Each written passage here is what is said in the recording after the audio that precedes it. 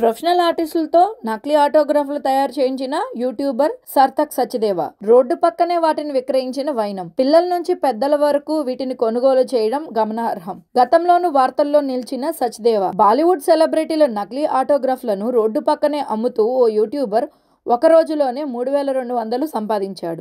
ఈ వీడియో ఇప్పుడు సోషల్ మీడియాలో వైరల్ అవుతోంది. ప్రముఖ కంటెంట్ క్రియేటర్ సార్థక్ సచ్దేవా ఈ ప్రయోగాన్ని చేసి ప్రజలను ఆశ్చర్యపరిచాడు. సార్థక్ తన ఇన్స్టాగ్రామ్ అకౌంట్ లో ఈ వీడియోను పోస్ట్ చేశాడు. సెలబ్రిటీల ఆటోగ్రాఫ్లను అమ్మి ఎంత సంపాదించవచ్చో చూద్దామని ఈ పని చేశా అని ఆయన చెప్పాడు. షారుఖ్ ఖాన్, సల్మాన్ ఖాన్, హృతిక్ రోషన్ వంటి ప్రముఖుల ఆటోగ్రాఫ్లను ఓ ప్రొఫెషనల్ ఆర్టిస్ట్ తో రాయించి వాటిని ఒక్కొక్కటి 100 చొప్పున విక్రయానికి పెట్టాడు. మొదట్లో ప్రజలు వీటిని కొనేందుకు కాస్త వెనుకాడినా క్రమంగా ఆకర్షితులయ్యారు. మొదట నకిలీ ఆటోగ్రాఫ్ ను 100 రూపాయలకు అమ్మగా ఆ తర్వాత యువత అతని చుట్టూ గుమిగూడారు. భారతదేశంలో బాలీవుడ్ కి ఉన్న క్రేజ్ ఇక్కడ కనిపించింది. ప్రజలు పెద్ద సంఖ్యలో వీటిని కొనుగోలు చేశారు. ఇది చాలా మంచి బిజినెస్ అని ఆయన చెప్పాడు. పిల్లల నుంచి యువకులు, పెద్దలు కూడా ఈ ఆటోగ్రాఫ్లు నిజమైనవే అని నమ్మి వాటిని కొనుగోలు చేశారు. ఆ రోజు చివరికి మొత్తం ఆటోగ్రాఫ్లు అమ్ముడుపోగా సార్థక్ 3200 సంపాదించాడు. సార్థక్ సచ్దేవా గతంలోనూ ఇలాంటి వివాదాస్పద వీడియోల్లో వార్తల్లో నిలిచాడు. షారుఖ్ ఖాన్ భార్య గౌరీ ఖాన్ రెస్టారెంట్